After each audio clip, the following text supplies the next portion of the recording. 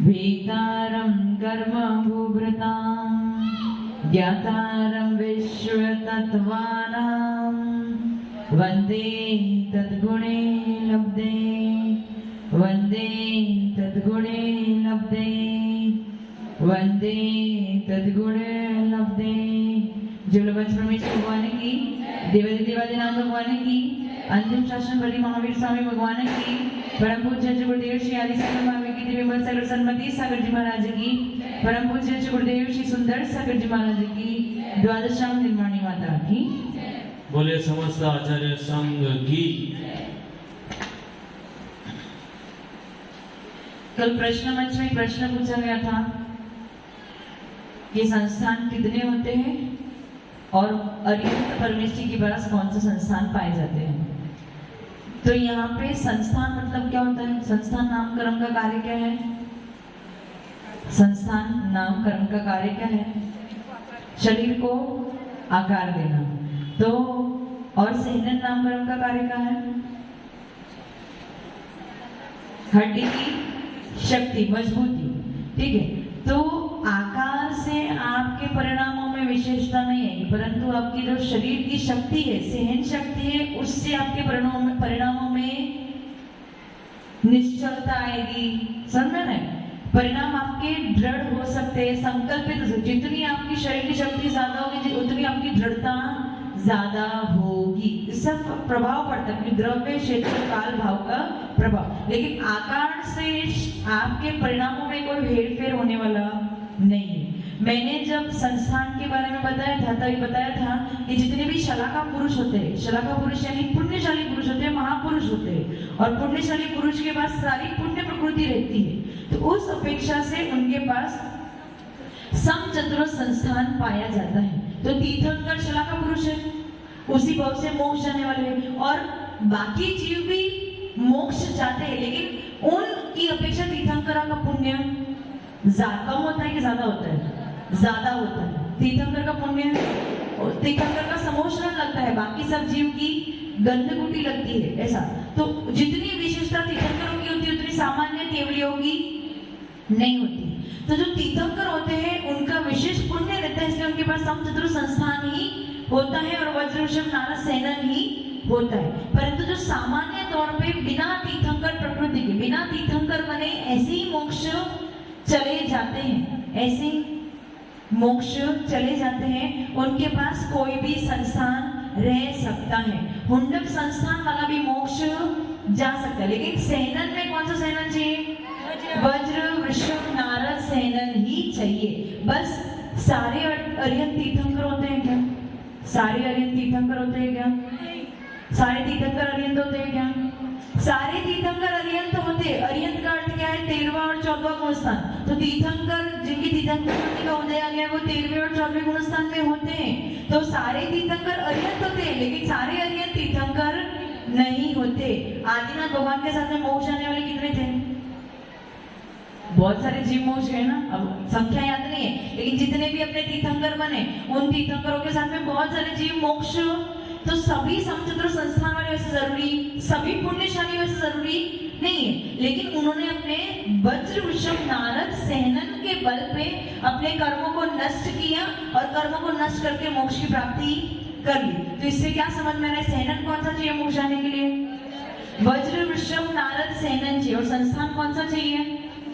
कोई भी संस्थान से जीव मोक्ष, लेकिन तीर्थंकर प्रकृति एक विशेष प्रकृति है, पुण्य प्रकृति है, इसलिए तीर्थंकर के पास तो सब कुछ पुण्य वाला ही होता है, तो उनके पास समचतुर संस्थान ही होता है। समझ में है? तो कोई आपसे पूछे कि कौन से संस्थान से मोक्ष जाओगे तो कौन सा बताओगे? सारे संस्थान से। शरीर का आकार कोई भी होगा, कोई फर्क पड़ने वाला नहीं। समचतुर संस्थान से ही मोक्ष जाओगे जरूरी, लेकिन तीर्थंकर के पास समचतुर संस्थान ही होता है। लेकिन मोक्ष कोई भी संस्थान से जा सकते हैं, परंतु सेनन कौन सा चाहिए मोक्ष जाने के लिए? वज्र वृषभ। सामान्य केवली हो, तीर्थंकर केवली हो, मुख केवली हो, कोई भी केवली हो, परंतु वज्र वृषभ नारद सेनन तो चाहिए ही चाहिए मोक्ष जाने के लिए। प्रश्न क्लियर हो गया आपको? चलो, अपने कितने 23 तो हुए थे? गति, जाति, शरीर, अंगोपांग, निर्माण, बंधन, संघात, संस्थान, सहनन, स्पर्श, रस, गंध, वर्ण, अनुपरी, अवलघु, उपघात, परघात, आतप, उद्योग, उच्छ्वास, विहाय गति, प्रत्येक शरीर और साधारण शरीर। ये हो गया था। प्रत्येक शरीर के बाद क्या आता है? त्रस। त्रस से आपको क्या समझ में आ रहा है? त्रस हो या स्थावर हो? त्रस का उल्टा क्या है? स्थावर। प्रत्येक शरीर का उल्टा क्या है? त्रस का उल्टा क्या है? स्थावर। त्रस यानी द्विंद्री, त्रिंद्री, चतुरिंद्री और पंचेंद्री, इन सबको क्या बोलते हैं? स्थावर। और त्रस और स्थावर किन्हें कहते हैं? एक इंद्री। तो त्रस नामकरण के उदय की वजह से जीव क्या बनेगा? दो इंद्री, तीन इंद्री, चतुरिंद्री अथवा पंचेंद्री जीव। त्रस नामकरण की वजह से जीव क्या बनेगा? दो इंद्री, तीन इंद्री, चतुरिंद्री अथवा पंचेंद्री। और स्थावर नामकरण के उदय की वजह से जीव क्या बनेगा? एक इंद्री बनेगा। समझ में आया? समझ में आ रहा है ना? नाम प्रत्येक शरीर नामकरण का कार्य क्या था? प्रत्येक शरीर नामकरण का कार्य क्या था? एक शरीर का स्वामी एक जीव। साधारण शरीर नामकरण का कार्य क्या था? एक शरीर का स्वामी अनेक जीव। ये साधारण नामकरण किसमें पाया जाता है? एक इंद्री में केवल वनस्पतियों में ही पाया जाता है। बाकी प्रत्येक शरीर नामकरण सब में पाया जा सकता है। एक इंद्री से लेकर पंचेंद्री तक सब में पाया जाता है। त्रस नामकरण किसमें पाया जाता है? दो इंद्री से लेकर पंचेंद्री। त्रस नामकरण के उदय के कार्य क्या है? जीव को दो इंद्री अथवा तीन इंद्री अथवा चतुरिंद्री अथवा पंचेंद्री में उत्पन्न कराना, ये त्रस नामकरण का कार्य हो गया। और स्थावर नामकरण का कार्य क्या है? कि वो उसे एक इंद्री में उत्पन्न कराएगा। समझ में आ गया? प्रत्येक शरीर त्रस। फिर सुभग। अब छोटी छोटी परिभाषा है, बहुत बड़ी नहीं। सुभग। सुभग यानी जो सौभाग्य प्राप्त कराए उसे सुभग नामकरण कहते हैं। अथवा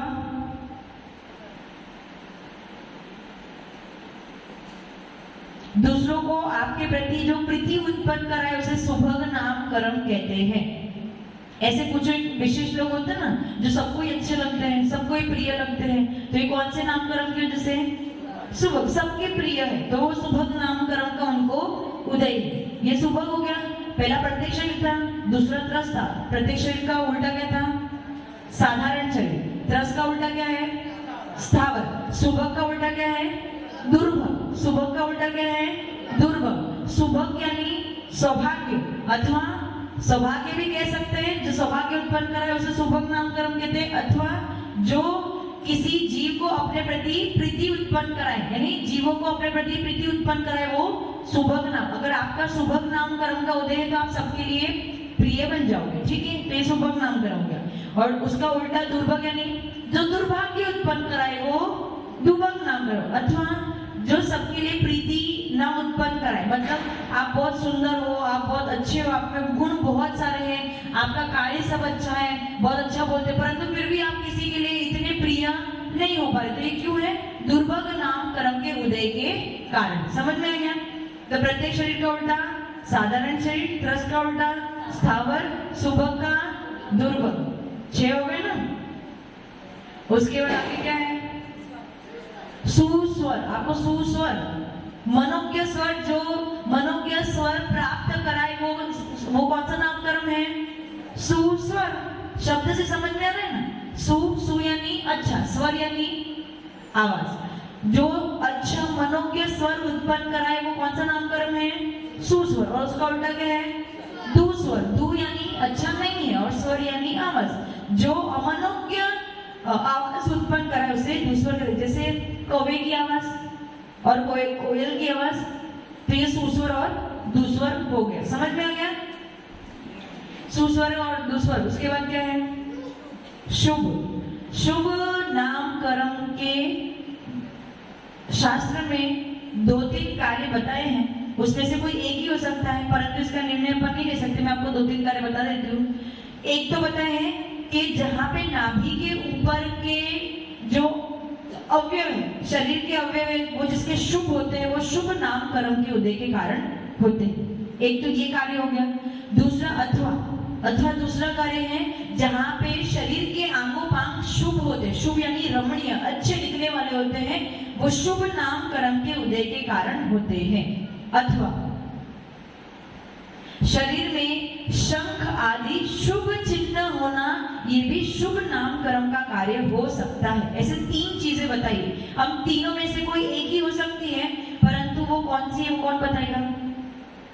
केवली भगवान बताएंगे अभी अपन को नहीं, इसलिए शास्त्र में जो लिखा है वो मैंने आपको बता दिया। ठीक है, 3 कार्य बताए। पहला क्या है? शुभ नामकरण के उदय के कारण नाभि के ऊपर का भाग जो है वो शुभ होता है अथवा सुंदर होता है। तो किसकी वजह से? शुभ नामकरण के उदय के कारण। अथवा दूसरा कार्य क्या है उसका? शरीर के अंगों का सुंदर होना अथवा रमणीय होना, सबको अच्छे लगना। तो ये किसकी वजह से? शुभ नामकरण के कारण। अथवा तीसरा कार्य क्या है? शरीर में शंख आदि स्वस्तिक आदि शुभ चिन्ह होना, ये भी कौन से कर्म की वजह से है? शुभ नाम कर्म के वजह से होता है। शुभ नाम कर्म का उल्टा क्या होगा? अशुभ। अब इसके 3 कार्य उसके उल्टे लिख दो। जैसे पहला कार्य आपने क्या बताया था? नाभि के ऊपर वाले भाग शुभ होना, तो इसमें लिखना है नाभि के नीचे वाले भाग अशुभ होना। नाभि के नीचे के भाग अशुभ होना, ये अशुभ नाम कर्म का कार्य है। दूसरा क्या बताया था मैंने? आंगोपा रमणीय होना अथवा शुभ होना, तो उसकी जगह पे आंगोपा अरमणीय होना अथवा अशुभ होना, जो सुंदर नहीं। तीसरा कार्य क्या बताया था? हाँ, शुभ, शरीर में शुभ शंख आदि शुभ चिन्ह होना, ये कौन से कर्म का कार्य है? शुभ नाम कर्म का कार्य। तो इसका उल्टा क्या हो जाएगा? अशुभ चिन्ह का होना। शरीर में अशुभ चिन्ह का होना ये अशुभ नाम कर्म का कार्य हो जाएगा। इजी है ना, बहुत ज्यादा हार्ड कुछ भी नहीं है इसमें। लिख लिया? कितने हो गए अपने? गति कितने प्रकार की होती है? 4। जाति 5। गति जाति शरीर, अंगोपा 3, निर्माण 1, संघात, बंधन, संस्थान, सैनन, उसके बाद संघात संस्थान, स्पर्श, रस 5, गंध, वर्ण 5, व्याय गति,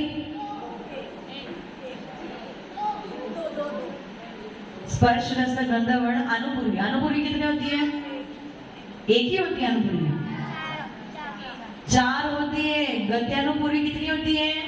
नरक गत्यानुपूर्वी बताया था ना उस दिन। नरक गत्यानुपूर्वी कब होती है? गत्यानुपूर्वी विग्रह गति में गमन करते। कितने प्रकार की विग्रह गति? 1 मोड़े वाली, 2 मोड़े वाली और एक होता है ईशु गति से गमन करना। ये 4 विग्रह गति के भेद है। उसमें जो गत्यानुपूर्वी का उदय होता है वो 4 प्रकार की, नरक गत्यानुपूर्वी, तिर्यन गत्यानुपूर्वी, देव गत्यानुपूर्वी और मनुष्य गत्यानुपूर्वी। ये गत्यानुपूर्वी 4 होगी। व्याय गति कौन सी?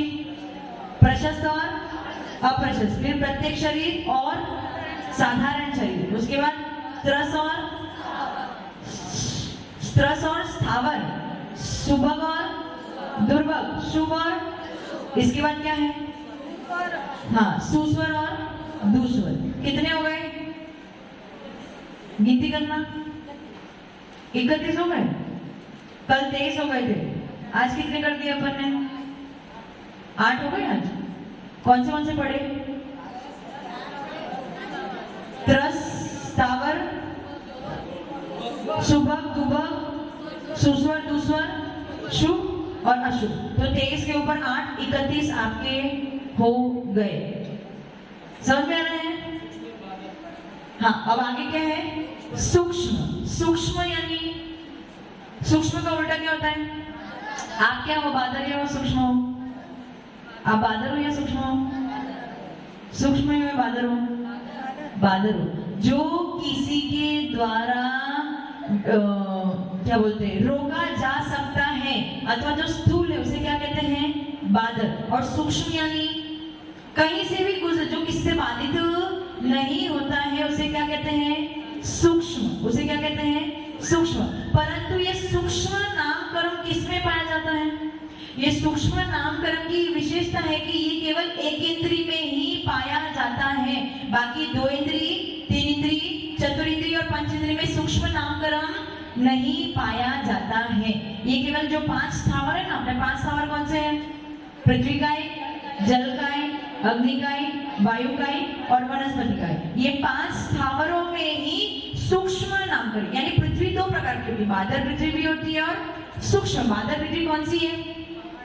ये जो आपको दिख रही है, जिस पे आप चल रहे हो, वो क्या है? आपकी बादल पृथ्वी। और यहाँ पे इस वातावरण में सूक्ष्म पृथ्वी का एक जीव भी होंगे जो हमें दिख या हमारे पकड़ में नहीं आ सकते, या हम उन्हें मार भी नहीं सकते क्योंकि वो सूक्ष्म है। हमारे मारने से मरेंगे भी नहीं और हमारे उत्पन्न कराने से उत्पन्न होंगे भी नहीं। लेकिन बादल जीव की विराधना हमसे, जैसे यदि आप कच्ची पृथ्वी पे चलोगे तो क्या होगा? पृथ्वी का एक जीव मर जाएंगे, या फिर जो कुएं से आपने जल छाना उसमें जल का एक जीव मर जाएंगे। तो वो कौन से जल का एक जीव है? बादल है, सूक्ष्म है? बादल है या सूक्ष्म है? मैंने अभी क्या बोला? बादल है वो, जिनको आप मार सकते हो। वो कौन से हैं? जिनकी विराधना कर सकते हो, जो किसी के द्वारा विराधित हो सकते हैं, वो बादल होते हैं। और सूक्ष्म किसी के द्वारा विराधित नहीं होते। तो जो कुएं में जो जल है, उस जल के अंदर जो जल का एक जीव है, वो कैसे है? आपके द्वारा मारने पर मर जाएंगे कि नहीं मर जाएंगे? आपने बाल्टी डाली तो पानी हिल गया तो मर गए कि नहीं जीव? तो आपने उन बादल जीव को मारा या सूक्ष्म जीव को मारा? बादल जीव को। कौन से? बादल जल का एक जीव को मारा। परंतु इस वातावरण में भी सूक्ष्म जल का एक जीव है, जल के बिना ही जल का एक जीव है। उनको किसी भी आधार की जरूरत, लेकिन बादलों को रहने के लिए आधार की जरूरत होती है। समझ में आ रहा है मैं क्या कह रही हूँ? तो इस प्रकार से इस वातावरण में सूक्ष्म पृथ्वी, जल, अग्नि, वायु और वनस्पति का एक जीव पाए जाते हैं, जिनको हम मार नहीं, वो अपने आप ही जन्म लेते हैं और अपने आप ही मर जाते हैं। परंतु बादल जीवों की विराधना हम कर सकते हैं। हमारे अंगोपांग के हिलाने से, काय की क्रिया से, वचन की क्रिया से हमारे से बादल कायिक जीवों की हिंसा हो सकती है। समझ में आ रहा है? तो ये बादल कायिक जीव कौन से इंद्रिय से कौन से इंद्रिय में पाया जाता है? एक इंद्रिय से लेके पंच इंद्रिय में सब में पाया जाता है। लेकिन सूक्ष्म किसमें पाया जाएगा? केवल 5 स्थावरों में ही पाया जाएगा। समझ में आ रहा है? समझ में आ रहा है? सूक्ष्म पृथ्वी, सूक्ष्म जल, सूक्ष्म अग्नि, सूक्ष्म वायु और सूक्ष्म वनस्पति। वैसे ही बादल पृथ्वी, बादल जल, बादल अग्नि, बादल वायु और बादल वनस्पति। समझ में आ गया? तो कितने हो गए? 31 और 2 33। किसी को प्रश्न पूछना है? देव को आप रोक सकते हो क्या? देव दीवार के मध्य से निकल सकते हैं? वैकृत शरीर है उनका, छोटा बड़ा मोटा ताजा कुछ भी कर सकते हैं। बड़े भी हो सकते हैं, छोटे भी हो सकते हैं। उनके पास वो रिद्धियां हैं तो वो कर सकते हैं। तो वो सूक्ष्म है या बादल है? सूक्ष्म है ना? अभी मैंने नियम क्या बताया? सूक्ष्म किसे पाए जाते हैं? केवल एक इंद्रिय में ही सूक्ष्म पाए जाते हैं। तो कोई आपसे पूछे देव सूक्ष्म है या बादल, तो आपको क्या बताना है? बादल ही है, लेकिन उनका वैकृत शरीर है, इसलिए उनके पास रिद्धियां होती है। परंतु वो है कैसे? बादल ही है। आहारक शरीर को आप पकड़ सकते हो क्या? परंतु फिर भी वो क्या है? बादल ही है। सूक्ष्म ये हो सकता है कि जब अपेक्षाकृत बात करेंगे, औदारिक जो हमारा शरीर है वो स्थूल शरीर है, उससे सूक्ष्म वैकृत शरीर है, उससे और सूक्ष्म आहारक शरीर। ऐसा करते हैं ना, जैसे मैं मोटी हूँ तो मेरे से पतली कौन है? संस्कृति श्री माता। तो अपेक्षाकृत कथन हो गया, लेकिन हम दोनों है बादल ही। सूक्ष्म एक भी समझ में आ रहा है मैं क्या कह रही हूँ? इनसे भी छोटी कौन है? वो छोटी बैठी है तन्वी। तो वो अपेक्षाकृत बात करेंगे तो आप स्थूल हो, आपसे सूक्ष्म कौन है? देव और नारकियों का शरीर और सूक्ष्म है। उनसे सूक्ष्म क्या है? आहारक शरीर और सूक्ष्म है। उससे सूक्ष्म तेजस शरीर है, उससे भी सूक्ष्म कार्बन शरीर है। परंतु सूक्ष्म नाम कर्म का उदय केवल एक इंद्रियों में ही पाया जाता है, बाकी किसी में भी नहीं पाया जाता है। समझ में आया? सूक्ष्म नाम कर्म का कार्य किसके पास है? केवल एक इंद्रिय। आप सब कौन हो? बादल। देव और नारकी बादल। भले आपको नहीं दिख रहे, आप उन्हें रोक नहीं सकते, फिर भी वो क्या है? बादल नाम कर्म का उदय उनको है। समझ में आ गया? समझ में आ गया? हाँ, कुछ पूछ रहे? क्या कह रहे? वो सब बादल सब। अब ऐसे भी जीव होते हैं जो यहाँ उत्पन्न होते हैं, बहुत छोटे छोटे होते हैं, हमें दिखते नहीं अपनी आंखों से, तो हम ऐसे लोक व्यवहार में कहते हैं अरे सूक्ष्म सूक्ष्म जीव उत्पन्न हो गए, सूक्ष्म सूक्ष्म। तो यहाँ पे हमारा कहने का तात्पर्य क्या है? लोक व्यवहार में कहने का तात्पर्य है कि छोटे छोटे जो हमें नहीं दिख रहे हैं, हमारे पकड़ में नहीं आ रहे, ऐसे जीव उत्पन्न, लेकिन फिर भी वो क्या है? बादल है, वो सूक्ष्म।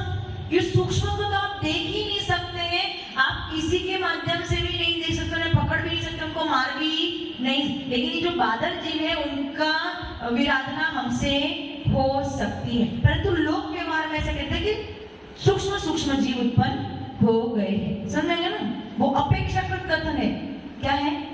अपेक्षा। जैसे मकोड़ा है या मच्छर है या मक्खी है, तो उसमें अपेक्षाकृत कथन मकोड़ा बड़ा होता है, चींटी उससे छोटी, चींटी से भी और छोटी और कुछ होता होगा, तो वो क्या है? वो सूक्ष्म सूक्ष्म होता है। लेकिन ये लोक व्यवहार का कथन है, लेकिन सूक्ष्म नामकरण केवल एक इंद्रियों में ही पाया जाता है। इतना क्लियर हो गया? इतना क्लियर हो गया? आपके 33 पिंड प्रकृति हो गई। कल आपका नामकरण पूर्ण कर देंगे, ठीक है? उसके बाद कुछ विशेष ही बचा, आयु गोत्र और अंतर बचा है, वो एक दिन की क्लास है, उसको भी खत्म कर देंगे। उसके बाद आपकी कर्म सिद्धांत की क्लास पूर्ण हो जाएगी। ओम नमः सिद्धेभ्यः। एक बार सरस्वती माता के चरणों में वंदन करेंगे, नमन करेंगे। ओम ह्रीं वाक्